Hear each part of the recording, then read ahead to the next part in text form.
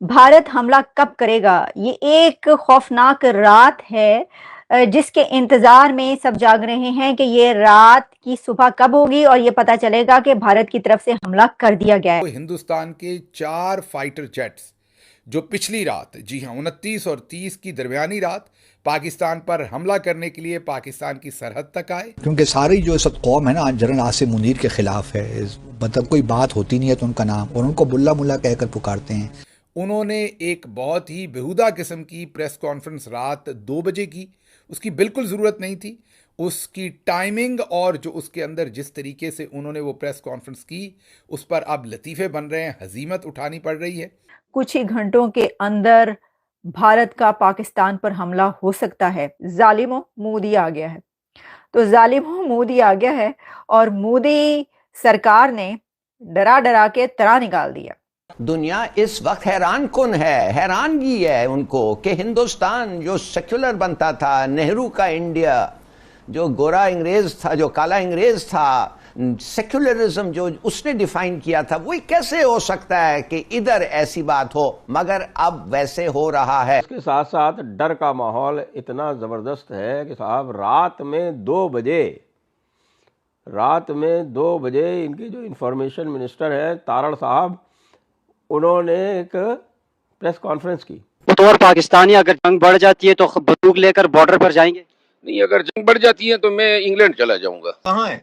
2 दिन हो गए आसिम मुनीर का कुछ पता नहीं कि वो कहाँ है। ना टीवी पे है, ना प्रेस में है, ना कहीं है। उनका कोई अता पता नहीं है। एक तो क्रूज मिसाइल्स का इस्तेमाल हो सकता है, क्योंकि हमारे रडार को, क्योंकि क्रूज मिसाइल जरा ज़मीन के साथ उड़ता है और उसको वो रडार्स को बचाने के लिए, वो रडार के लिए डिटेक्ट करना मुश्किल होता है क्रूज मिसाइल को, तो वो उसका इस्तेमाल कर सकते हैं। और ब्रह्मोस में अच्छा हाइपर सोनिक क्रूज मिसाइल है। ये नेवी की तरफ से भी कोई एक्शन हो सकता है, ये भारत की एयरफोर्स की तरफ से भी कोई एक्शन हो सकता है, ये भारत की आर्मी की तरफ से भी कोई एक्शन हो सकता है। ये एक दिन आना था पटेल का इंडिया, नेहरू का नहीं, पटेल का इंडिया, आरएसएस का इंडिया, जनसंघ का इंडिया, हिंदू महासभा का इंडिया, वो इंडिया अब आ गया है। फिर एक और भी बात याद रहे कि इनका देखिए टारगेट जो है ना, इंडिविजुअल टारगेट्स भी इनके रखे हुए इन्होंने।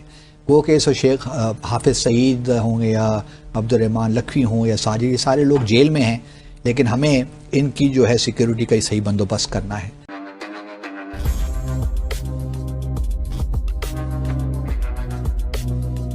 अगर भारत कुछ करेगा, कार्रवाई लेगा, जो कि मेरी कुछ चीज़ें मैं देख रहा हूँ, एक तो क्रूज मिसाइल्स का इस्तेमाल हो सकता है, क्योंकि हमारे रडार को, क्योंकि क्रूज मिसाइल ज़रा ज़मीन के साथ उड़ता है और उसको वो रडार्स को बचाने के लिए, वो रडार के लिए डिटेक्ट करना मुश्किल होता है क्रूज मिसाइल को, तो वो उसका इस्तेमाल कर सकते हैं। और ब्रह्मोस में अच्छा हाइपर सोनिक क्रूज मिसाइल है, तो उन्होंने डेवलप किया, उसका इस्तेमाल कहीं ना कहीं हो सकता है। फिर एक और भी बात याद रहे कि इनका देखिए टारगेट जो है ना, इंडिविजुअल टारगेट्स भी इनके रखे हुए इन्होंने। वो कि शेख हाफिज सईद होंगे या अब्दुर्रहमान लखवी हों या साजिद, ये सारे लोग जेल में हैं, लेकिन हमें इनकी जो है सिक्योरिटी का ही सही बंदोबस्त करना है। फिर हमारे अपने लीडर्स जो हैं, क्योंकि सारी जो सब कौम है ना, आज जनरल आसिम मुनीर के खिलाफ है। मतलब कोई बात होती नहीं है तो उनका नाम, और उनको बुल्ला मुल्ला कहकर पुकारते हैं। मुल्ला कोई डिग्रेडिंग चीज़ नहीं है हमारे लिए, मुल्ला तो एक बहुत बड़ा ज़बरदस्त चीज़ है, उनकी इंक्लिनेशन है, तो बहुत खुशी की बात है। तो मतलब कहीं भी टारगेट हो सकती हैं चीज़ें, तो हमें ज़रूरत इस अमर की है हमारे लिए कि हम अपनी जो है सारी जो सिक्योरिटी, जो जो इंडिविजुअल टारगेट्स हैं उनका सही बंदोबस्त करें, और ये अननेसेसरी ट्रैवल करते हैं ये भी हम ना करें, और अपनी जो आइटिनरीज हैं उनको भी छपा के रखें। क्रिएट हुआ है कि इस पहलगाम के वाक़े के बाद पूरी दुनिया में मुल्कों इंडिया के लोगों ने, इंडियन कम्युनिटी ने अपने कंट्री के साथ सॉलिडारिटी शो की है। अब मेरा सवाल ये होगा, कहाँ है पाकिस्तान? कहाँ पर है पाकिस्तानी डायस्पोरा? कहाँ पर है पाकिस्तानी कम्युनिटी? कोई ऐसे प्रोटेस्ट नज़र आ रहे हैं आपको, या कोई ऐसे सॉलिडारिटी शो करने के लिए कि जंग में हम आपके साथ खड़े हैं, हम आपके साथ कूद रहे हैं इस जंग में, इस आग, वो कहते हैं ना कि एक आग का दरिया है और कूद के जाना है, वैसे है और तैर के जाना है। तो वो कहते हैं ना कि ये जो है ना, ये इश्क नहीं आसान, ये इश्क नहीं आसान, एक आग का दरिया है और तैर के जाना है। नहीं, ये जंग नहीं आसान, एक आग का समंदर है और कूद के जाना है। तो भाई साहब, पहले तो इधर ज़रा शो करवाइए ना, अपने डायस्पोरा को आप लोग दिखाएँ, आप बताएँ कि देखिए हमारे लोग कहाँ-कहाँ पर हैं और हमारे लिए खड़े हैं। ज़रा ये तो सारे तो एक दूसरे के गिरेबान फाड़ रहे हैं। ये सारे जिन्ने हैगे ने वो एक दूसरे के गिरेबान फाड़ रहे हैं। आप देख रहे हैं कभी कोई पॉलिटिकल पार्टी किसी के साथ लड़ती है, कोई पॉलिटिकल पार्टी किसी के गिरेबान पकड़ रही होती है, कोई किसी पॉलिटिकल पार्टी जो है वो दूसरे को, जो आपको पता है कि पीटीआई और जो बाकी पॉलिटिकल पार्टीज़ और एस्टैब्लिशमेंट इन सब के दरमियान जो एक पॉलिटिकल क्राइसिस रहा है, वो पूरी दुनिया में भी हम देख चुके हैं। तो ये होती है ताकत। जब लड़ाई करनी हो तो फिर हर महाज पर लड़ना होता है ना, हर महाज पे आपको फिर मुकाबला करना होगा। और सबसे पहले तो मुकाबला कहाँ पर होगा? सबसे पहले तो मुकाबला आपको इकोनॉमी में करना होगा। भाई $7 बिलियन आईएमएफ से पैकेज लेने वाला कंट्री $700 बिलियन या 5 ट्रिलियन की इकोनॉमी से कैसे लड़ेगा जंग? मतलब मेरी तो समझ में नहीं आता ये बात। अगर आपकी समझ में आती है और आपको पता है तो प्लीज आप जरूर बताइए, बताएं आप मुझे। तो ये है सिचुएशन। और जैसा मैं आपको जरा सुनवा, अगर आप समझ रहे हैं ना कि मैं वैसी कह रही, नहीं इसकी वीडियोस चल रही हैं पूरे दुनिया और इंटरनेशनल मीडिया पे चल रही हैं। वहां पर उन्होंने किया क्या है?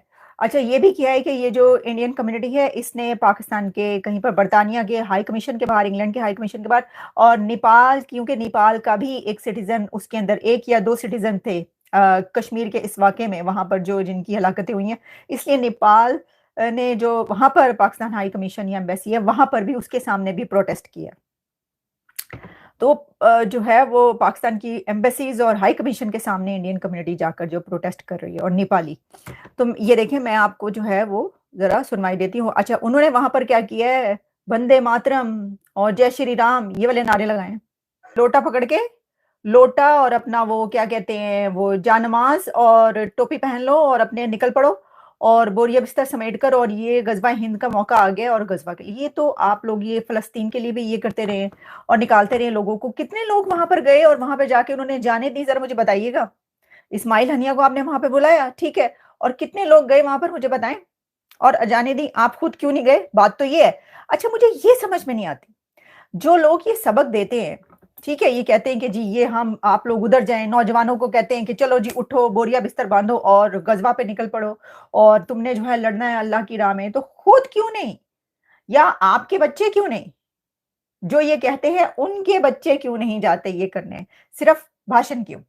मेरा तो सवाल ये है। सर मैं तो ये कह नहीं रहा कि आप कह रहे हैं ठीक है जी, लेकिन आप इसके लिए जरा निकलें भी तो सही ना अपने। आप खुद क्यों नहीं कभी ऐसा कुछ करते? अच्छा, अब इसमें जो है फर्क देखें आप। मेरा तो बल्कि मैं तो ये पूछूंगी कि 78 इयर्स में गजवा हिंद से क्या मिला? ये जो नारे हैं ये गजवा हिंद के, ये तो बहुत अरसे से लग रहे हैं ना। 77-78 सालों में अगर ये गजवा हिंद आपका बहुत कारामद होता और आपके काम आ रहा होता, तो पाकिस्तान 2 लख्त ना होता, पाकिस्तान ना टूटता, बांग्लादेश ना बनता, एपीएस का वाकया ना होता, टीटीपी जगह जगह ना फट रही होती, और बीएलए जगह जगह ना फट रहे होते वो लोग, और एक घमसान का रन ना पड़ा होता। तो ये जो है ना गजवा, इसकी सोचने की जरूरत है कि गजवा हिंद कि इस तालीम ने आपको नुकसान पहुंचाया है या आपको फायदा पहुंचाया है, ये आप कर लें। क्योंकि लोग ऐसे होने चाहिए। ये जो प्रोटेस्ट हुए ना दुनिया भर में, ये भी मैं आपको बताऊं, इसमें इंडिया के स्टूडेंट्स भी थे, नौजवान भी थे, उनकी कम्युनिटी जो पूरी दुनिया के मुल्कों में सबके सब बहुत पढ़े लिखे, पूरी across the world Indian community जो बहुत एजुकेटेड है।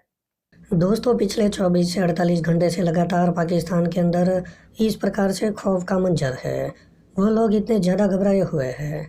दोस्तों, आपने एक तरफ तो पाकिस्तानी लोगों और उनके मीडिया के द्वारा सुना होगा कि हम जज्बे वाली कौम है और हम कभी मरने से नहीं डरते और भारत के ऊपर हम चुटकियों में गजवाए हिंद कर देंगे। ऐसी बातें करने वाले पाकिस्तानी मीडिया सिर्फ इस बात से इतने ज़्यादा घबराए हुए हैं कि भारत पाकिस्तान के ऊपर कहीं हमला ना कर दे।